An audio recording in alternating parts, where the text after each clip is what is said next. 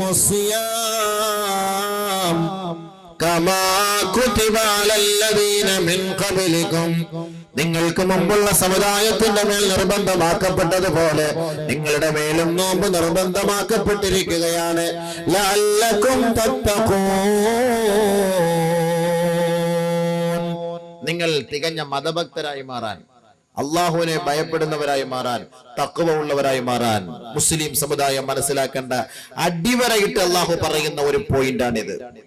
അടിവരയിട്ട് പറയുന്ന പോയിന്റാണ്. മുസ്ലിം സമുദായം മനസ്സിലാക്കിയാൽ മതി, ഉമ്മത്തെ മുസ്ലിം മനസ്സിലാക്കിയാൽ മതി, വേറെ ആരും മനസ്സിലാക്കണ്ട. കാരണം അള്ളാഹ് ഇവിടെ ഉപയോഗിച്ച് യായ്യുള്ളതിനാമലും അവിശ്വാസികളെ നോക്കിയിട്ടല്ല പറഞ്ഞത്. വിശ്വാസികളെ വിശ്വാസി സമൂഹത്തെ നോക്കിയിട്ടല്ല പറഞ്ഞത്. യായ്യുഹല്ലദീനാമനു, ഏ സത്യവിശ്വാസികളെ നിങ്ങൾക്ക് നോമ്പ് നിർബന്ധമാക്കിയത് എന്തിന്? യായ്യുഹന്നാസ്, ഏ മാനവ സമൂഹമേ നിങ്ങൾക്ക് ഞാൻ നോമ്പ് നിർബന്ധമാക്കിയെന്നല്ല അവിടെ പറഞ്ഞത്. ഹിന്ദുക്കൾക്ക് നോമ്പുണ്ട്, ആ നോമ്പ് അവരുടേത്. ക്രിസ്ത്യാനികൾക്ക് നോമ്പുണ്ട്, ആ നോമ്പ് അവരുടേത്. ജൂതന്മാർക്ക് നോമ്പുണ്ട്, ആ നോമ്പ് അവരുടേത്. ജൈനമതക്കാരനും ബുദ്ധമതക്കാരനും എല്ലാ ആദർശക്കാരുടെയും നോമ്പുണ്ട്. അതായത് അവരുടെ ആദർശം അനുസരിച്ച്. ഇത് അള്ളാഹ്ക്ക് ആവശ്യമില്ല, ഈ നോമ്പ് അള്ളാഹ്ക്ക് ആവശ്യമില്ല. അള്ളാഹ്ക്ക് ആവശ്യമുള്ളത് വിശ്വാസികളുടെ നോമ്പാണ്. ആ നോമ്പ് എങ്ങനെയായിരിക്കണമെന്നും അള്ളാഹു പഠിപ്പിച്ചു തരുന്നുണ്ട്. നിങ്ങളുടെ ഇഷ്ടാനുസരിച്ച് നോമ്പ് പിടിച്ചിട്ട് കാര്യമില്ല. ചുമ്മാ രാവിലെ 3 മണി മുതൽ 4 മണി മുതൽ ഇടയത്താഴ് നിന്നിട്ട് പട്ടിണിക്കിരുന്ന് വൈകിട്ട് വരെ പനായും പിത്തനായി എണ്ണീട്ട് അല്ലാഹുമ്മ ലകസുംദു അബികാമന്തു അലൈക തവക്കൽതു എന്ന് പറഞ്ഞ് കാരക്കായി നിന്ന് വെള്ളം കുടിച്ചിട്ട് എന്റെ നോമ്പ് കബൂലായി എന്ന് പറഞ്ഞാലൊന്നും ആ നോമ്പൊന്നും അള്ളാഹ്ക്ക് വേണ്ട. മനസ്സിലാക്കണം. അതുകൊണ്ട് നോമ്പ് എന്താണെന്ന് അള്ളാഹ് പറഞ്ഞു തരുന്നുണ്ട്. ആ ശൈലി അനുസരിച്ച് നോമ്പ് പിടിക്കുക. എന്നാ നിന്റെ നോമ്പ് അള്ളാഹ്ക്ക് ഇഷ്ടമാണ്, ഇല്ലെങ്കിൽ നിന്റെ നോമ്പ് അള്ളാഹ്ക്ക് വേണ്ട. അള്ളാഹ്ക്ക് ഇബാദത്ത് ചെയ്യാൻ ലോകത്ത് ധാരാളം ആളുകളുണ്ട്. മാലാഖമാർ അള്ളാഹ്ക്ക് 24 മണിക്കൂറും ഇബാദത്ത് ചെയ്തുകൊണ്ട് കഴിയാണ്. മനുഷ്യനെ സൃഷ്ടിക്കുമ്പോൾ തന്നെ മലക്കുകൾ അല്ലാഹു തആലയോട് ചോദിച്ചില്ലേ, എന്തിനാണ് ഈ മനുഷ്യന്മാരെ സൃഷ്ടിക്കാൻ പോണത്? അള്ളാഹു തമ്മിലടിക്കുന്നവന്മാരും കലഹം ഉണ്ടാക്കുന്നവന്മാരും പിന്നെ ഫനാടയും പിത്തനാടയും ആളുകളും പ്രശ്നക്കാരും ഒക്കെയാണ്. ഇവരെ എന്തിനാണ് നീ സൃഷ്ടിക്കുന്നത്? പഠിച്ചവനെ, ഞങ്ങൾ നിനക്ക് ഇബാദത്ത് ചെയ്യാനുണ്ടല്ലോ, ഞങ്ങൾ നിനക്ക് ഇബാദത്ത് ചെയ്തോളാം, നീ എന്തിനാണ് അവരെയൊക്കെ സൃഷ്ടിക്കുന്നത്? അള്ളാഹ് ചോദിച്ചു. അള്ളാഹയോട് മലക്കുകൾ ചോദിച്ചു. وإذ قال ربك للملائكة إني جاعل في الأرض خليفة قالوا أتجعل فيها من يفسد فيها ويسفك الدماء ونحن نسبح بحمدك ونقدس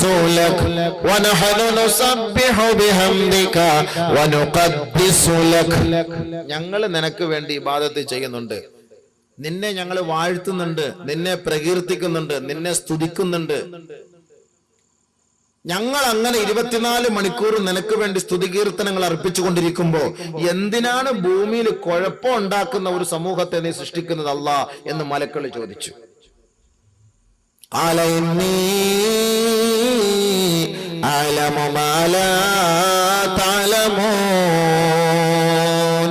എനിക്കറിയാവുന്നത് നിങ്ങൾക്കറിയില്ല മലക്കളെ, അതുകൊണ്ട് ഞാൻ അവരെ സൃഷ്ടിക്കുക തന്നെ ചെയ്യും. അള്ളാഹു പറഞ്ഞു, എനിക്കറിയാവുന്ന പല സത്യങ്ങളും നിങ്ങൾക്കറിയില്ല, അതുകൊണ്ട് നിങ്ങൾ എന്റെ സൃഷ്ടികളാണ്. ഞാൻ പറയുന്നത് കേട്ടാൽ മതി. ഞാൻ ഭൂമിയിൽ കുറെ പ്രതിനിധികളെ സൃഷ്ടിക്കാൻ പോവുകയാണ്. മനുഷ്യവർഗത്തെ അല്ലാഹു തആല സൃഷ്ടിക്കുക മാത്രമല്ല ചെയ്തത്, വലഖദ് കറംനാ ബനീ ആദം, മാനവരാശിയെ ലോകത്തെ സൃഷ്ടിച്ചിട്ട് പടച്ച തമ്പുരാൻ പറഞ്ഞു, ഈ ആദമിന്റെ മക്കളെ നാം ബഹുമാനിക്കുന്നു, ആദരിക്കുന്നു. നമ്മളെയൊക്കെ അല്ല ബഹുമാനിക്കുന്നു. അപ്പൊ നമുക്കല്ലേ ബഹുമാനമില്ലാത്തത്? ലോകത്തെ സൃഷ്ടിച്ച റബ്ബ്, ജഗന്നിയന്താവായ തമ്പുരാൻ, ലോകത്തിന്റെ അതിപരാശക്തി അജയ്യനായ പടച്ച തമ്പുരാൻ നമ്മളെ ബഹുമാനിക്കുന്നു അല്ല പറയുന്നു. നമുക്ക് ദീനിന്റെ ഇൽമിനോട് ബഹുമാനമില്ല, സദസ്സിനോട് ബഹുമാനമില്ല, ദീനിനോട് ബഹുമാനമില്ല. ഉമ്മത്തിനെ തന്നെ കടിച്ചു കീറാൻ നിൽക്കുന്ന ഒരു കാലഘട്ടം. അല്ലാഹു തആല പറയുന്നു, ഞാൻ നിങ്ങളെ സ്നേഹിക്കുന്നു. മനസ്സിലാക്കി? കാര്യം ഗൗരവത്തോടെ മനസ്സിലാക്കണം. ഖുർആനിന്റെ ആശയമാണ് ഈ പറയുന്നത്. ഞാൻ ആദമിന്റെ മക്കളെ ബഹുമാനിക്കുന്നു, മനുഷ്യവംശത്തെ ഞാൻ ബഹുമാനിക്കുന്നു. അല്ലാഹു തആല പറയാണ്, വലഖദ് കറംനാ ബനീ ആദം وحملناهم في البر والبحر ورزقناهم من الطيبات. അവർക്ക് കരയിലും കടലിലും ജീവിക്കാനുള്ള സകലമാന സൗകര്യങ്ങളും നാം ചെയ്തു കൊടുത്തു. അവരെ കരയിലൂടെ നാം സഞ്ചരിപ്പിക്കുന്നു, കടലിലൂടെ നാം സഞ്ചരിപ്പിക്കുന്നു. അല്ലാഹു ചെയ്ത ഔദാര്യമാണിത്. അള്ളാഹു ചെയ്ത ഔദാര്യമാണ്. അള്ളാഹു നമ്മൾ പറയുന്ന എനിക്കും കേൾക്കുന്ന നിങ്ങൾക്കും ഇഖ്ലാസ് തരട്ടെ, ഈമാൻ തഖ്വ തരട്ടെ. നമുക്കിവിടെ വലിയ സ്ഥാനവും മാനവും അഭിമാനവും അന്തസ്സും നമുക്ക് ആവശ്യമില്ല. അള്ളാന്റെ അടുക്കൽ നമുക്ക് അന്തസ്സ് കിട്ടണം. അതിന് അള്ളാഹ് എനിക്ക് നിങ്ങൾക്ക് തൗഫീഖ് തരട്ടെ.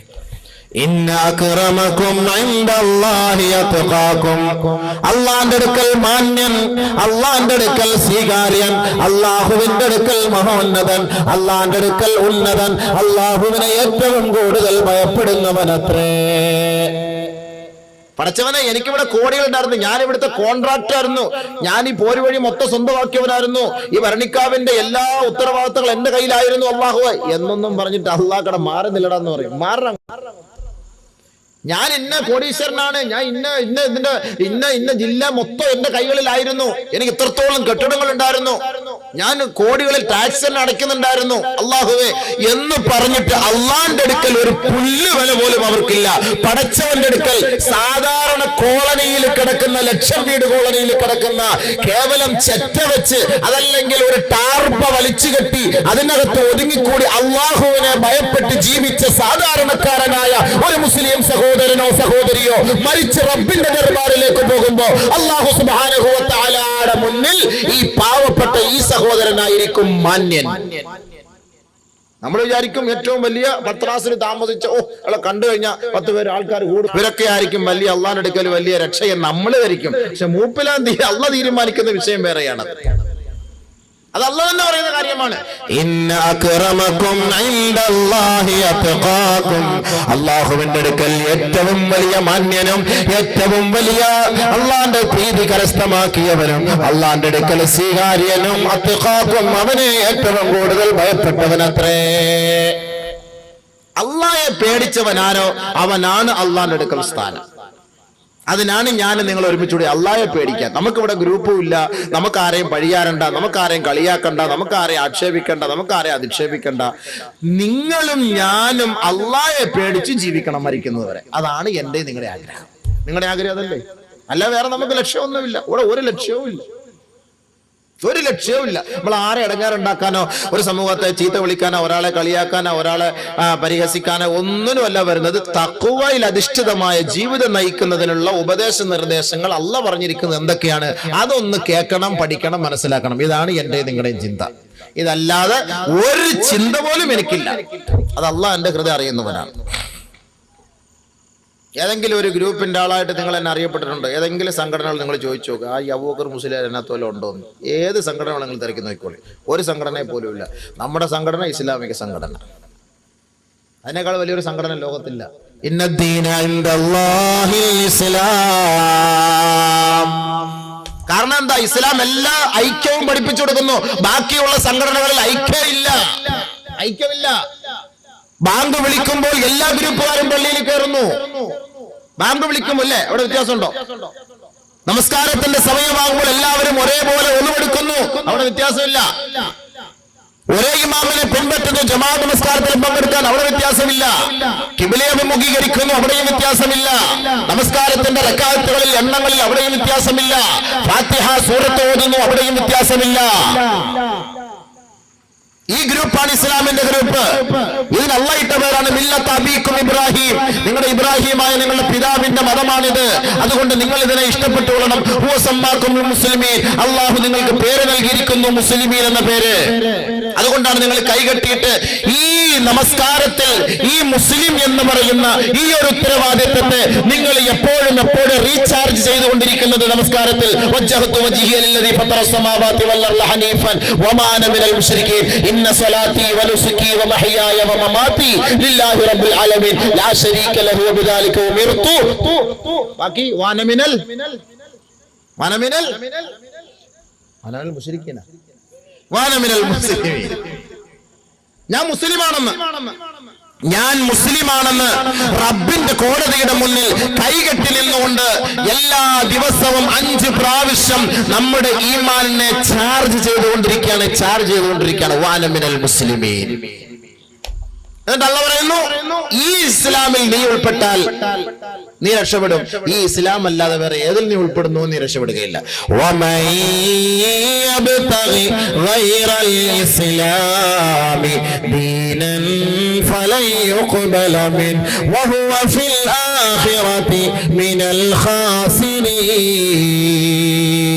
ഈ പരിശുദ്ധമായ ഇസ്ലാമിന്റെ വഴികളിലൂടെ അല്ലാതെ വേറൊരു ആദർശത്തെ നീ അംഗീകരിക്കാൻ തയ്യാറായാൽ അള്ളാഹു അതിൽ നിന്ന് ഒരു തരിമ്പ് പോലും സ്വീകരിക്കുകയില്ല. അവൻ നാളെ പരലോകത്ത് പരാജിതനായിരിക്കുമെന്ന് പരിശുദ്ധ ഖുർആനിൽ അള്ളാഹു അടിവരയിട്ട് നമ്മളെ പഠിപ്പിച്ചു തരികയാണ് ഖുർആൻ. അതുകൊണ്ടാണ് വാനമ്പൽ മുസ്ലിം എല്ലാ ഗ്രൂപ്പുകാരും ഉള്ള സംഘടനയാണ് ഇസ്ലാം. അതിൽ നമുക്ക് ഉൾപ്പെടാം. അതാണ് നമ്മുടെ സംഘടന. എന്താ ശരിയല്ലേ? മരിക്കുമ്പോഴും എല്ലാവരും ഒരേ ആദർശം അനുസരിച്ച് വന്ന് പൊക്കിയെടുത്ത് കുളിപ്പിച്ച് കൊണ്ടുപോയി ഖബറിനകത്ത് അടക്കി റാഹത്തായിട്ട് ദുആ ചെയ്ത് ഖൈറായിട്ട് സലാം പറഞ്ഞ് പിരിഞ്ഞു വരും. അതാണ് നമ്മുടെ സംഘടന. അതിൽ നമ്മൾ കുത്തിത്തിരിപ്പുണ്ടാക്കിയാൽ അവർക്ക് പറയുന്ന പേരാണ് കപട വിശ്വാസികളും കപടന്മാരും മുനാഫിക്കീങ്ങളും. നബി സല്ലല്ലാഹു അലൈഹി വസല്ലം തങ്ങളുടെ കാലഘട്ടത്തിൽ തന്നെ ഉണ്ടായിരുന്നു. നബി തങ്ങളോടൊപ്പം ഒപ്പം നമസ്കരിക്കുമായിരുന്നു. ഒന്നാമത്തെ സഫിൽ തന്നെ നമസ്കരിക്കുമായിരുന്നു. നിസ്കാരം കഴിഞ്ഞിട്ട് ഇറങ്ങി കൊഞ്ഞണം കുത്തും നബിയെ. ഇവരുടെ പേരാണ് മുനാഫിഖീങ്ങൾ, കപടന്മാർ. ഇന്നൽ മുനാഫിഖീന ഫിദ്ദർകിൽ അസ്ഫലി മിനന്നാർ. ഇന്നൽ മുനാഫിഖീന യുഖാദിഊന അല്ലാഹ് വഹുവ ഖാദിഉഹും വഇദാ ഖാമൂ ഇലസ്സലാഹ് ഖാമൂ കുസാലാ യുറാഊന അന്നാസ വലാ الله إلا قليلا.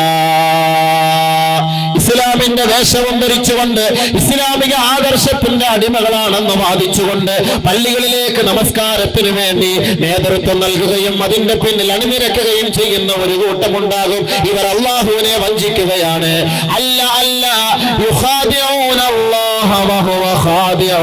അല്ലാഹു ഇവരെ വഞ്ചിക്കുകയാണ് ചെയ്യുന്നത്.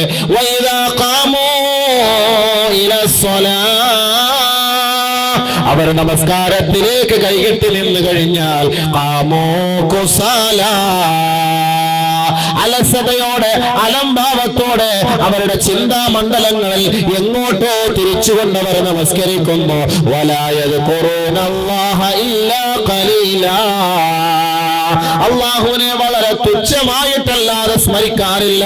പടച്ച തമ്പുരാനെ ഓർക്കുന്ന വിഷയത്തിൽ അവർക്ക് അലംഭാവമാണ്, അലസതയാണ്. ആ വിഷയത്തിൽ അവർക്ക് വലിയ താല്പര്യമില്ല. ആരെയോ കാണിക്കുന്നതിന് വേണ്ടി, ആരുടെയോ പ്രോത്സാഹനത്തിന്റെ പേരിൽ, ആരെയോ തൃപ്തിപ്പെടുത്തുന്നതിന് വേണ്ടി, ആരുടെയോ ഒക്കെ കൂട്ടത്തിൽ വല്ലപ്പോഴും പോയി പള്ളിയിലൊന്ന് നമസ്കാരത്തിന് നേതൃത്വം നൽകും. അതല്ലാതെ കണ്ട് അവർക്ക് നമസ്കാരവും അള്ളാഹുവുമായി ബന്ധമില്ല. ഇവർ കപടന്മാരാണ്. ഇവരെ സൂക്ഷിക്കണേ. നരകത്തിന്റെ ഏറ്റവും അടിത്തട്ടിലാണ് ഇവരുടെ സങ്കേതമെന്ന് പരിശുദ്ധ ഖുർആൻ. നിസ്കരിക്കും. നമ്മളെ കാണുമ്പോഴും കണ്ട മുൻപല്ല് കൊണ്ട് ചിരിച്ചിട്ട് അണപ്പല്ല് കൊണ്ട് കടിച്ചു പിടിക്കും. പകയൻ കാണുമ്പോ നല്ല രസമായിരിക്കും, ഭയങ്കര സന്തോഷത്തോടെ സലാക്ക് പറയും. പക്ഷെ അപ്പുറത്തിരുന്ന് മറ്റു പരിപാടികൾ ചെയ്യും. അപ്പോൾ അല്ലാഹു സുബ്ഹാനഹു വ തആല നമുക്ക് നോമ്പ് നിർബന്ധമാക്കിയതിനെ കുറിച്ച് നമ്മൾ ചർച്ച ചെയ്യുന്നത്. അപ്പൊ ആർക്ക് വേണ്ടി, ആരാകുന്നതിന് വേണ്ടി അല്ലാഹു തആല നമുക്ക് നോമ്പ് നിർബന്ധമാക്കിയതിന്റെ കാരണങ്ങൾ എന്തിനാണ്? അതാണ് നമ്മൾ മനസ്സിലാക്കേണ്ടത്. അള്ളാഹുവിന്റെ തൃപ്തിയാണ് നമ്മൾ അതിലൂടെ ആഗ്രഹിക്കുന്നത്.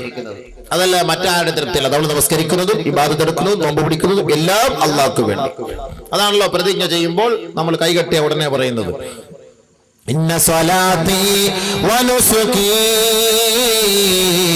വമഹ്യായ വമമാതി ലില്ലാഹി റബ്ബിൽ ആലമീൻ. എന്റെ നമസ്കാരം, എന്റെ ഹജ്ജ് കർമ്മങ്ങൾ, എന്റെ ചലനം, എന്റെ നിശ്ചലനാവസ്ഥ, എന്റെ പ്രവർത്തനം, എന്റെ ഉറക്കം, എന്റെ ഉണർവ്, എന്റെ ജീവിതം, എന്റെ മരണം എല്ലാം ലില്ലാഹി റബ്ബിൽ ആലമീൻ. ലോകങ്ങളുടെ രക്ഷിതാവേ നിനക്ക് വേണ്ടി മാത്രമാണ് അല്ലാഹ്. നോമ്പ് പിടിക്കുമ്പോൾ നമ്മൾ നിയത്തെ നവയത്തു സൗമ ഗദിൻ അന്നദായി ഫർദ് റമളാനി ഹാദിഹി സനതി ലില്ലാഹി തആല, അല്ലാഹ്ക്ക് വേണ്ടി. നിസ്കരിക്കാൻ നേരത്ത് ഉസല്ലി ലില്ലാഹി തആല. എല്ലാം അള്ളാഹ്ക്ക് വേണ്ടിയാണ് എന്ന ഒരു ചിന്തയാണ് നമുക്ക് ഉണ്ടാക്കുന്നത്. എല്ലാം അള്ളാഹ്ക്ക് വേണ്ടി, അള്ളാഹ്ക്കല്ലാതെ മറ്റൊന്നുമില്ല. അതുകൊണ്ടാണ് അള്ളാഹ്ക്ക് വേണ്ടിയുള്ള കാര്യങ്ങൾ ചെയ്യുന്ന നമ്മളോടാണ് അള്ളാഹു പറയുന്നത്, യാ അയ്യുഹല്ലദീന ആമനൂ, ഏ സത്യവിശ്വാസികളെ, കുതിബ അലൈക്കുമുസ്സിയാം, നിങ്ങളുടെ മേൽ നിർബന്ധമാക്കപ്പെട്ടിരിക്കുകയാണ് നോമ്പ്, കമാ കുതിബ അലല്ലദീന മിൻ ഖബലികും, നിങ്ങൾക്ക് മുമ്പുള്ള സമുദായത്തിന്റെ മേൽ നിർബന്ധമാക്കപ്പെട്ടതുപോലുള്ള വ്രതം നിങ്ങളുടെ മേൽ നിർബന്ധമാക്കപ്പെട്ടിരിക്കുന്നു, ലഅല്ലകും തത്തഖൂൻ, അല്ലാഹയെ ഭയപ്പെടുന്നതിന് വേണ്ടി. അപ്പൊ നമുക്ക് ഇത്തിരി ഭയം കുറവായത് കൊണ്ട് അള്ളാഹ് ഈ നോമ്പൊക്കെ പിടിപ്പിച്ച് അള്ളാഹ് ഒന്നുകൂടെ പേടിപ്പിക്കും നമുക്കൊന്നും കൂടെ ഹൃദയത്തിൽ പേടി ഉണ്ടാക്കി തരുന്നത്. മുസ്ലിം ഉമ്മത്തിന് തമ്മിൽ നിന്ന് അള്ളാഹുമായിട്ടൊരു ബന്ധം കുറവ്. അതുകൊണ്ടാണ് നമ്മൾ തമ്മിലൊക്കെ ഇത്തിരി അകൽച്ച അല്ലേ. ഇന്ന് കുടുംബ പശ്ചാത്തലം പരിശോധിച്ച് നോക്കിയാൽ ഇന്ന് എല്ലാവരും കൊച്ചാപ്പാടം മക്കളുമായിട്ട് മൂത്താപ്പാടം മക്കൾക്ക് ഒരു ബന്ധവുമില്ല, ചേട്ടന്റെ മക്കളുമായിട്ട് അനിയന്റെ മക്കൾക്ക് ഒരു ബന്ധവുമില്ല, ഭാര്യയുടെ കുടുംബക്കാരുമായിട്ട് ഭർത്താവിന്റെ കുടുംബത്തിന് ഒരു ബന്ധവുമില്ല, ഭർത്താവിന്റെ കുടുംബമായിട്ട് ഭാര്യയുടെ കുടുംബമായിട്ട് ബന്ധമില്ല. വളരെ വിരളം മാത്രം. നിസ്കരിക്കാനൊക്കെ ഒരു സഫിൽ കാണും, പക്ഷെ കണ്ടാ സലാം പറയൂല, മിണ്ടൂല. ഒരു ജമാഅത്തുകാരും ഒരു കുടുംബക്കാരും ഒക്കെയാണ്. ഒരു സഫിൽ തന്നെ കാണും. വാപ്പ ഇതിലേക്കൂടെ വന്നാൽ കൊച്ചാപ്പ ഇതിലേക്കൂടെ പുറത്തു പോകും, ജ്യേഷ്ഠ ഇതിലേക്കൂടെ പോയാൽ അതിനെ ഇതിലേക്കൂടെ, അനിയൻ ഇതിലേക്കൂടെ പോകും, അളിയൻ അതിലേക്കൂടെ കയറിയാൽ മച്ചമ്പി ഇതിലേക്കൂടെ ഇറങ്ങിപ്പോകും. കണ്ടാൻ വേണ്ടില്ല, എല്ലാവരും കുടുംബക്കാരാ. അവിടെയാണ് പ്രശ്നം. എല്ലാവരും നിസ്കാരക്കാരുവാ, എല്ലാവരും നോമ്പ് പിടിക്കുന്നവരുവാ, എല്ലാവരും ഹാജിയാരുവാ. പക്ഷെ പ്രശ്നം എന്താ? ഇവർ തമ്മിൽ കണ്ടാൻ മിണ്ടൂല, സംസാരിക്കൂല. അതാണ് അള്ളാഹു പറയുന്നത്, അങ്ങനെ ജീവിച്ചാൽ തഖ്വയോടുകൂടി എന്റെ അടുക്കൽ നിങ്ങൾക്ക് സ്ഥാനം കിട്ടൂല. കേട്ടോ, എല്ലാരും കേട്ടോ, മനസ്സിലാക്കുക. ദീന പറയുന്ന ഖുർആനും ഹദീസും ഇവിടെ ആർക്കും വരാത്തൊരു സംശയവും വേണ്ട. ബഹുമാനമുള്ള സഹോദരങ്ങൾ, അള്ളാഹു പരിശുദ്ധ ഖുർആനിലെ ഒരു ആയത്ത് നമ്മൾ അറിയിക്കുകയാണ്. യാ അയ്യുഹന്നാസ് ഇത്തഖൂ റബ്ബകുമുല്ലദീ ഖലഖകും മിൻ നഫ്സിൻ വാഹിദ വഖലഖ മിൻഹാ സൗജഹാ വബث മിൻഹുമാ رجالا كثيرا ونساء واتقوا الله الذي تساءلون به والأرحام.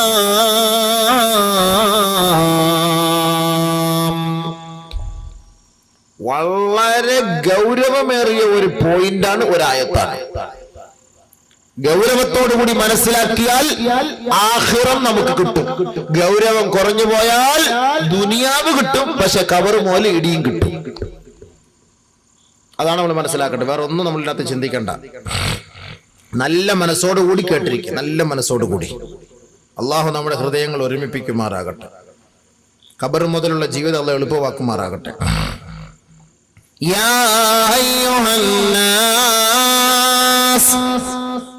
ഏ മാനവ സമൂഹമേ, ഇത്തഖൂ റബ്ബകുമുല്ലദീ ഖലഖകും, നിങ്ങളെ സൃഷ്ടിച്ച നാഥനെ നിങ്ങൾ ഭയപ്പെടണമേ. മിൻ നഫ്സിൻ വാഹിദ, ഒരേ ആത്മാവിൽ നിന്ന്. അവിടെ തന്നെ ഐക്യമല്ല അറിയിക്കുകയാണ്. ഒരേ ആത്മാവ്, ഒരേ അച്ഛന്റെയും ഒരേ അമ്മയുടെയും മക്കള് അവരൊറ്റ കെട്ടായിരിക്കണം എന്ന് അതിന്റെ അർത്ഥം അല്ലേ. അവര് അപ്പാക്ക് വാര വെക്കുന്നവനും ഉമ്മാക്ക് വാര വെക്കുന്നവനും, ഇളയ മോൻ വാപ്പ അടിച്ചിട്ട് താല്പര്യം, നടുവത്ത മോൻ ഉമ്മ എടുത്ത് താല്പര്യം, മൂത്ത മോന് രണ്ടുപേരുടെ താല്പര്യം ഇല്ല. പ്രശ്നമാണ്. ഒരേ അച്ഛന്റെ ഒരേ അമ്മയുടെ ഒരേ വാപ്പാന്റെ ഒരേ ഉമ്മാന്റെ മക്കളാവുമ്പോ എന്തായിരിക്കണം? അവിടെ ഐക്യം ഉണ്ടാകണം. ഇതിനെ അല്ലാഹു തആല മനുഷ്യനെ സൃഷ്ടിച്ചത് ഒരേ ആത്മാവിൽ നിന്നാണ്. നിങ്ങളൊക്കെ ഐക്യത്തിന്റെ മക്കളാവണം. ഇവിടെ ഭിന്നിക്കാൻ പാടില്ല, ഇവിടെ പ്രശ്നം ഉണ്ടാക്കാൻ പാടില്ല. അതിന് അല്ലാഹു തആല ഒരേ ഒരേ ആണിൽ നിന്നും ഒരേ പെണ്ണിൽ നിന്നും ഒരേ ആത്മാവിൽ നിന്നും അല്ലാഹു നിങ്ങളെ സൃഷ്ടിച്ചതെന്ന് പറയാനുള്ള കാരണം, الذي خلقكم من نفس واحدة ഒരേ ആത്മാ. അവിടെ വ്യത്യാസമൊന്നുമില്ല. ഉള്ള വ്യത്യാസമില്ല, എല്ലാരും ഒരേ ആത്മാവിലുണ്ട്. يا أيها الناس إنا خلقناكم من نفس واحدة, മനുഷ്യരെ, ജൂതനെയും വിളിച്ചുകൊണ്ട്, ക്രിസ്ത്യാനിയെയും വിളിച്ചുകൊണ്ട്, നസ്രാനിയെയും വിളിച്ചുകൊണ്ട്, ബുദ്ധമതക്കാരനെയും ജൈനമതക്കാരനെയും പാശ്ചാത്യനെയും പൗരസ്ത്യനെയും മുസ്ലിമിനെയും അമുസ്ലിമിനെയും ഹിന്ദുവിനെയും അഹിന്ദുവിനെയും സവർണനെയും അവർണനെയും തൊഴിലാളിയെയും മുതലാളിയെയും കറുത്ത വർഗക്കാരനെയും വെളുത്ത വർഗക്കാരനെയും മുടി ചുരുണ്ടവനെയും ചെമ്പിച്ചവനെയും മൂക്ക് ചപ്പിയവനെയും ഉയർന്നവനെയും എല്ലാം അല്ലാഹു വിളിച്ചിട്ട് പറഞ്ഞു, ഇന്നാ ഖലഖനാകും മിൻ നഫ്സിൻ വാഹിദ. ഒരേ ആത്മാവിനാ നിങ്ങളെ ഞാൻ സൃഷ്ടിച്ചത്. ഇവിടെ വന്ന് അടിയുണ്ടാക്കാനൊന്നുമല്ല എന്നതിന്റെ അർത്ഥം. വഖലഖ മിൻഹാ സൗജഹാ, അതേ ആത്മാവിൽ നിന്ന് സൃഷ്ടിക്കപ്പെട്ട മനുഷ്യവർഗത്തിൽ നിന്നും നിങ്ങൾക്ക് തണലായി തുണയായി ഇണയെ അള്ളാഹു തെരഞ്ഞെടുത്തു തന്നു. മനുഷ്യവർഗത്തിൽ തന്നെ നമുക്ക് ഭാര്യയായിട്ട് അള്ളാഹു ഒരു പെണ്ണിനെ എവിടെയൊക്കെ വെച്ചിട്ടുണ്ട്. നമ്മുടെ അവസ്ഥ മനസ്സിലാക്കുന്ന നമ്മളെ പോലെയൊക്കെ ഉള്ള മനുഷ്യകോലത്തിലുള്ള ഒരു പെണ്ണിനെ, അതല്ലാതെ മനുഷ്യർക്ക് അള്ളാഹു മൃഗത്തിനെ കെട്ടിച്ചു കൊടുത്തുള്ള അവസ്ഥ എന്തായിരിക്കും? അപ്പൊ നമ്മുടെ ഇനത്തിൽ നിന്ന് തന്നെ നമ്മുടെ അവസ്ഥ മനസ്സിലാക്കുന്ന ഒരേ അച്ഛന്റെ അമ്മയുടെ മക്കളിൽ നിന്ന് ഒരേ ആത്മാവിൽ നിന്ന് വന്ന അതേ ഇനത്തിൽ നിന്നുള്ള പെണ്ണിനെ അള്ളാഹു നമുക്ക് ഇണയായി തുണയായി തന്നു. وَبَثَّ مِنْهُمَا رِجَالًا كَثِيرًا وَنِسَاءً. ആണിന്റെയും പെണ്ണിന്റെയും ഇണചേരലിലൂടെ, ദാമ്പത്യ ബന്ധത്തിലൂടെ ധാരാളം പുരുഷന്മാരെയും ധാരാളം സ്ത്രീകളെയും അല്ലാഹു ലോകത്തിന്റെ മുന്നിൽ സമ്മാനിച്ചു.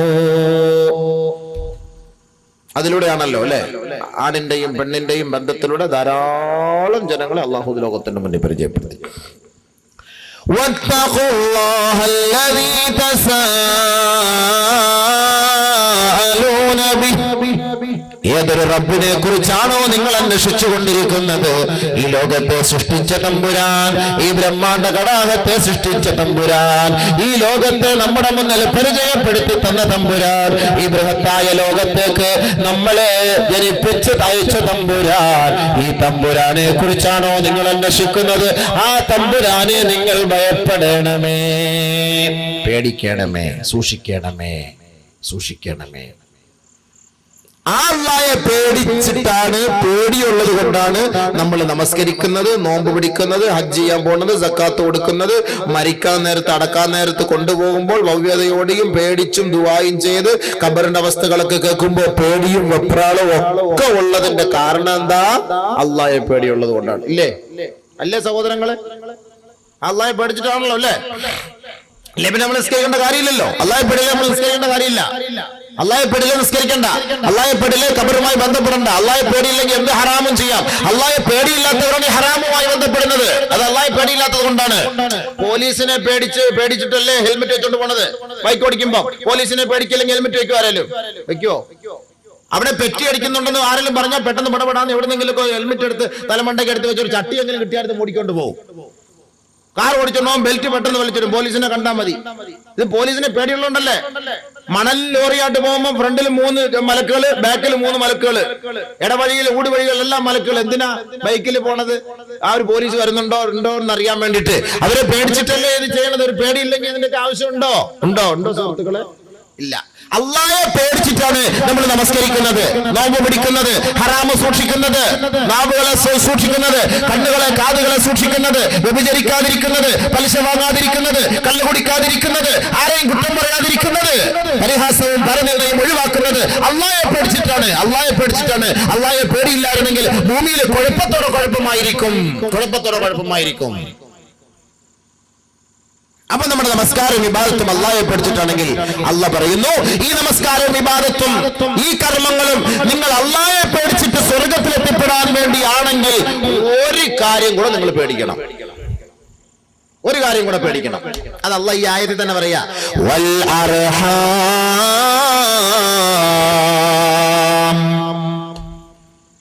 പരസ്പര ബന്ധം, പാരസ്പര്യ ബന്ധം, ചാർച്ചയുമായുള്ള ബന്ധം, അയൽപക്കവുമായുള്ള ബന്ധം, സ്നേഹിതന്മാരുമായുള്ള ബന്ധം, സഹയാത്രികരുമായുള്ള ബന്ധം, സഹപാഠികരുമായുള്ള ബന്ധം, സഹപ്രവർത്തകരുമായുള്ള ബന്ധം, കൊച്ചാപ്പമാരും മൂത്താപ്പമാരുമായുള്ള ബന്ധം, അനുജന്മാരും ജ്യേഷ്ഠന്മാരുമായുള്ള ബന്ധം, ഭാര്യയുടെയും ഭർത്താവിന്റെയും കുടുംബക്കാരുമായുള്ള ബന്ധം, മാമിയും മാമായും തമ്മിലുള്ള ബന്ധം, അമ്മോശനും അമ്മായിയുമായുള്ള ബന്ധം. ഈ കുടുംബ ബന്ധം കൂടി നിങ്ങൾ ഭയപ്പെട്ടാൽ നിങ്ങൾ തഖ്വയുള്ളവരാകും, സ്വർഗത്തിൽ ഉന്നതമായ സ്ഥാനം കരസ്ഥമാക്കിയവരാകും. അതുകൊണ്ട് എന്നെ മാത്രം ഭയപ്പെട്ടാൽ പോരാ, വൽ അർഹാം, സ്നേഹബന്ധം കുടുംബബന്ധം കൂടി നിങ്ങൾ ഭയപ്പെടണമേ, ഭയപ്പെടണമേ മാനവ സമൂഹമേ, എങ്കിൽ മാത്രമേ നിങ്ങൾക്ക് രക്ഷയുള്ളൂ. ഖുർആൻ. ഇവിടെ നമ്മൾ തോറ്റുപോയി, മിണ്ടാത്തവന്മാരെല്ലാം വന്ന് നിസ്കരിക്കാൻ വരും, പരസ്പരം കണ്ടാൻ മിണ്ടൂല. രണ്ട് പള്ളിക്ക് രണ്ട് കയറ്റി വെച്ചിരിക്കുന്ന അതാ, മിണ്ടുന്ന ഒരു കയറ്റി കൂടെ, മിണ്ടാത്ത അടുത്ത കയറ്റി കൂടെ. അപ്പോൾ പരിശുദ്ധ ഖുർആൻ അല്ലാഹു വ്യക്തമാക്കുന്നു, വൽ അർഹാം, വൽ അർഹാം, കുടുംബ ബന്ധം കൂടെ നിങ്ങൾ ഒന്ന് ഭയപ്പെടണമേ. അതും കൂടെ ഉണ്ടെങ്കിൽ ആ സാഹോദര്യ ബന്ധം, പാരസ്പര്യ ബന്ധം, ഇതും കൂടെ ഉണ്ടെങ്കിലേ നമുക്ക് ആഖിറത്തിൽ രക്ഷപ്പെടാൻ കഴിയുള്ളൂ. അല്ലാഹയെ പേടിക്കണമെങ്കിൽ, ആ പേടി പൂർത്തിയാകണമെങ്കിൽ, ആ തഖ്വ ഉണ്ടാക്കണമെങ്കിൽ ഇതും കൂടെ ഉണ്ടായിരിക്കണം. ഇതിനാണ് റമദാൻ മാസമാകുമ്പോ നമ്മൾ കൂടുതൽ കിറ്റ് വിതരണം ചെയ്യുകയും എല്ലാവരെയും പോയി കണ്ട് മുസാഫാത്ത് ചെയ്യുകയും മിണ്ടാത്തവരും ഉരിയാടാത്തവരുമായുള്ള ബന്ധം സുദൃഢമാക്കുകയും ചെയ്യുന്നതിന് നമ്മൾ പ്രയോജനപ്പെടുത്തുന്ന മാസം റമദാനാണ്, അല്ലേ? റമദാൻ മാസമാകുമ്പോൾ എല്ലാവരെയൊക്കെ ഒന്ന് കണ്ട് മുസാഫാത്ത് ചെയ്യുക, എന്തെങ്കിലുമൊക്കെ ഹദിയ കൊണ്ട് കൊടുക്കുക, സമ്മാനം കൊടുക്കുക, ഉടുപ്പും മുണ്ട് തുണിയൊക്കെ മേടിച്ചു കൊടുക്കുക, ആഹാരങ്ങളോ അവർക്ക് കഞ്ഞി വെക്കാനുള്ള അരിയോ മറ്റു കാര്യങ്ങളൊക്കെ മേടിച്ചു കൊടുക്കുന്നതൊക്കെ റമദാൻ മാസമാകുമ്പോഴാണ്. കാരണം എന്താ? റമദാൻ ആവുമ്പോ ഇവരുടെയൊക്കെ ഹൃദയം ഒന്ന് അലിയും. ബാക്കിയുള്ള സമയം പോലെയല്ല, പിരിവുകാര് കൂടുന്ന മാസമാണ് റമദാനിന്റെ മാസം. കാരണം എന്താ? ഏത് കൊടുക്കാത്തവന് റമദാൻ മാസമാകുമ്പോ എന്നാ ഒന്ന് കൊടുത്തേക്കാമെന്ന് പറഞ്ഞു കൊടുക്കും. ഏത് നമസ്കരിക്കാത്തവനും റമദാൻ ആവുമ്പോ നമസ്കരിക്കാൻ തയ്യാറാകും. ഏത് സക്കാത്ത് കൊടുക്കാത്തവനും റമദാനിന്റെ മാസമാകുമ്പോൾ ഈ കണക്കുകളെല്ലാം കൂടെ കൂട്ടിയിട്ട് സക്കാത്ത് കൊടുക്കാൻ തയ്യാറാകും. ഏത് ഹറാമ് ചെയ്യുന്നവനും റമദാൻ മാസമാകുമ്പോൾ ആ ഹറാമിൽ നിന്ന് ലീവ് എടുക്കും, അല്ലേ? ശരിയല്ലേ? വെള്ളം അടിക്കുന്നവൻ ബിവറേജസ് കോർപ്പറേഷനിൽ നിങ്ങൾ കണക്ക് നോക്കിക്കോളി, പോയി ചോദിച്ചോളി. ഷഅബാൻ മാസത്തിലെ കണക്കും റമദാൻ മാസത്തിലെ കണക്കും അവിടെ ഇരിക്കുന്നവരുമായിട്ടൊക്കെ നമ്മുടെ സുഹൃത്തുക്കളൊക്കെ ആയിരിക്കും ചിലപ്പോൾ ഒന്ന് ബന്ധപ്പെട്ട് നോക്കി. ഓരോ മുസ്ലിം കേന്ദ്രങ്ങളിലെ ബിവറേജസ് കോർപ്പറേഷനിൽ നിങ്ങൾ പോയിട്ടൊന്ന് കണക്ക് ചോദിക്കും. ഷഅബാൻ മാസത്തിലെ കണക്കും റമദാൻ മാസത്തിലെ കണക്കും അതേപോലെ പെരുന്നാളിന്റെ വൈകിട്ടുള്ള കണക്കും ഒന്ന് ചോദിച്ചു നോക്കി. വേരിയേഷൻ സംഭവിക്കുമ്പോൾ മനസ്സിലാക്കാം ഇതിന്റെ പിന്നിൽ പ്രവർത്തിക്കുന്നത് ആരെ. 27 കഴിയണം. ആ ബിവറേജസ് ഇരിക്കുന്നവരെന്ന് പറയാ, 27 കഴിഞ്ഞാൽ മാത്രമേ ഞങ്ങൾക്ക് എന്തെങ്കിലും കാശ് കിട്ടുള്ളൂ. 27-ാം രാവ് കഴിയണം. 27-ന്റെ അന്ന് പള്ളിയിൽ വന്ന് ഒരു തൗബ ചെയ്ത് എല്ലാവരും കണ്ണൊക്കെ അടച്ച് ലൈറ്റൊക്കെ അടച്ച് ദുആക്കെ ചെയ്തിട്ട് തിരിച്ചു പോയാൽ ഇവൻ കരുതുന്നത് എന്താ? ഇനി അടുത്ത വർഷം വരെ എന്റെ പാവം എല്ലാം മാറി, അതുകൊണ്ട് എനിക്ക് ഉഷാറായിട്ട് എനിക്ക് പുതിയ പുതിയ ബ്രാൻഡുകൾ കുടിച്ചു എനിക്ക് സന്തോഷിക്കാന്നുള്ള നിയത്തോടു കൂടിയാണ് പള്ളിയിൽ നിന്ന് ഇറങ്ങുന്നത് പടിവാതിൽക്കൽ. 27-ാം രാവിന്റെ അന്ന് അങ്ങനല്ലേ? 27-ാം രാവ് കഴിഞ്ഞാൽ അവിടെ കണക്ക് കൂടും, വേരിയേഷൻ. റമദാൻ തുടക്കം മുതൽ 27 വരെ വലിയ ഡിമ്മാണത്. ഏതെങ്കിലും ഒരു പടം റിലീസ് ആക്കാൻ ആഗ്രഹിച്ചാൽ റമദാൻ മാസത്തെ റിലീസ് ആക്കൂല. കാരണം എന്താ? കാക്കാമാർ അത് കാണൂല, ഉറപ്പാണെന്നറിയാം. അതുകൊണ്ട് അവർ പരാജയപ്പെട്ടു പോകും. അതുകൊണ്ട് റമദാൻ കഴിഞ്ഞിട്ട് ഈദ് സ്പെഷ്യൽ റമദാൻ സ്പെഷ്യൽ എന്ന് പറഞ്ഞ് ഒരു റിലീസ് പടം വന്നാൽ പെരുന്നാൾ നിസ്കാരവും കഴിഞ്ഞ് ബിരിയാണി നെയ്ച്ചോറ് പഠിച്ചിട്ട് ആ പുത്തനുടുപ്പ് പള്ളിയിൽ വന്ന് നമസ്കരിച്ച് അതേ വസ്ത്രം ഇട്ടുകൊണ്ട് നേരെ പൊണ്ടാട്ടിയെ വിളിച്ചോണ്ട് പോകും തിയേറ്ററിലേക്ക്. പെരുന്നാൾ ആഘോഷം. കോളിസിനകത്ത് വലിയ വലിയ വണ്ടിയിലും പോകും. ആയത്തെക്കുറിച്ച് ഫ്രണ്ട് ഇട്ടേക്കും, ആയത്തെക്കുറിച്ച് കാറിനകത്ത്. അത് തിയേറ്ററിന്റെ ഫ്രണ്ടിൽ കൊണ്ട് അവിടെ ഇടും. ആയത്തെക്കുറിച്ച് ഇങ്ങനെ ആടിക്കൊണ്ടേയിരിക്കും, ബർക്കത്ത് കിട്ടാൻ വേണ്ടി വരുന്നവരെ. വാഹനത്തില് തവക്കൽതു അലല്ലാഹ് എന്ന് പറഞ്ഞിട്ട് വലിയ ഒരു ബോർഡ് എഴുതിയാനകത്ത് ഒട്ടിച്ചിരിക്കും, ഒരു സ്റ്റിക്കർ ഒട്ടിച്ചിരിക്കും. ഇതും കൊണ്ടാണ് നേരെ കൊണ്ട് ട്രെയിൻ കാണാൻ കയറുന്നത്, ബോംബെ കാണാൻ കയറുന്നത്. പരിശുദ്ധ അള്ളാഹുവിന്റെ ആയത്തുകൾ ഇപ്പൊ പുതിയൊരു സിസ്റ്റം ഇറങ്ങിയിട്ടുണ്ട്, മാഷാ അല്ലാഹ് തബാറക്കല്ലാഹ്. വണ്ടിയുടെ ഫ്രണ്ടിലും ബാക്കിലും ഇതൊക്കെ എഴുതി വെക്കാൻ വേണ്ടിട്ട് കിട്ടിയ സ്ഥലങ്ങളാണ് ഇതൊക്കെ. മാഷാ അല്ലാഹ് തബാറക്കല്ലാഹ്. അപ്പൊ ഇത് എഴുതിയിട്ട് നേരെ കൊണ്ടുപോയിടുന്ന എവിടെ?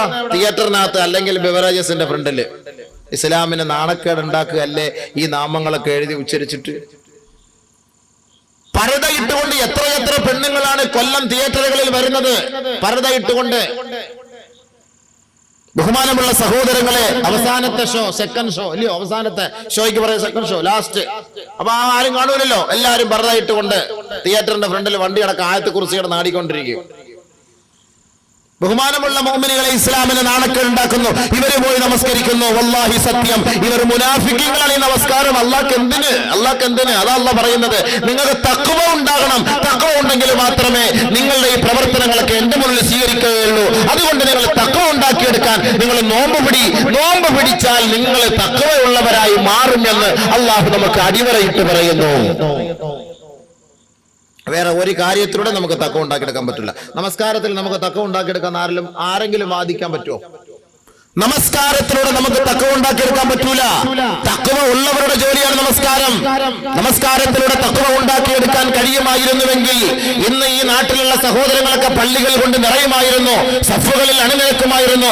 എത്രയെത്ര ചെറുപ്പക്കാരായ സഹോദരങ്ങൾ, എത്രയെത്ര ചെറുപ്പക്കാരികളായ സഹോദരിമാർ അവരുടെ വീടുകളിൽ നമസ്കാരത്തിന്റെ സമയമാകുമ്പോൾ സിനിമാ തിയേറ്ററിനെ പോലും തോൽപ്പിക്കുന്ന തരത്തിലുള്ള അശ്ലീലങ്ങളും കണ്ടുകൊണ്ട് രസിച്ചുകൊണ്ടിരിക്കുന്നു. കുഞ്ഞുമക്കളെ അടക്കം മടിയിലെടുത്ത് വെച്ച് ഭക്ഷണം വാരിക്കൊടുക്കുക, സിനിമാ സീരിയൽ കണ്ട് രസിക്കുകയും ചെയ്യുന്ന നാണം കെട്ട ഗതികേട് ഇന്ന് മുസ്ലിം കുടുംബത്തിൽ ഇവിടെ ഇന്ന് തകർന്ന് തരിപ്പണമായി കൊണ്ടിരിക്കുമ്പോൾ, മുസ്ലിം ചെറുപ്പക്കാർ പള്ളികളുടെ കവലകളിൽ സംസാരിച്ചു കൊണ്ടിരിക്കുമ്പോൾ കേവലം 2-3 എക്സ്പയർ കിളവന്മാരെയും വെച്ചിട്ട് പള്ളിയിലെ ഇമാമ നമസ്കരിക്കുകയാ. ചുറുചുറുക്കുള്ള ചോരത്തിളപ്പുള്ള ചെറുപ്പക്കാരെല്ലാം പള്ളിയുടെ മുന്നിൽ കവലയിൽ 250 മൊബൈലുമായി അവിടുത്തെ റിസർച്ചുമായി ഓരോ പെണ്ണിന്റെ അംഗലാവണ്യവും വിളമ്പിക്കൊണ്ട് അവിടുത്തെ ചർച്ച, ഇവിടുത്തെ ചർച്ച, അവിടുത്തെ ഇവിടുത്തെ നെറ്റി എല്ലാം കൂടെ വരച്ച് അങ്ങനെ പള്ളിയുടെ കവലയിൽ ഇരിക്കുക.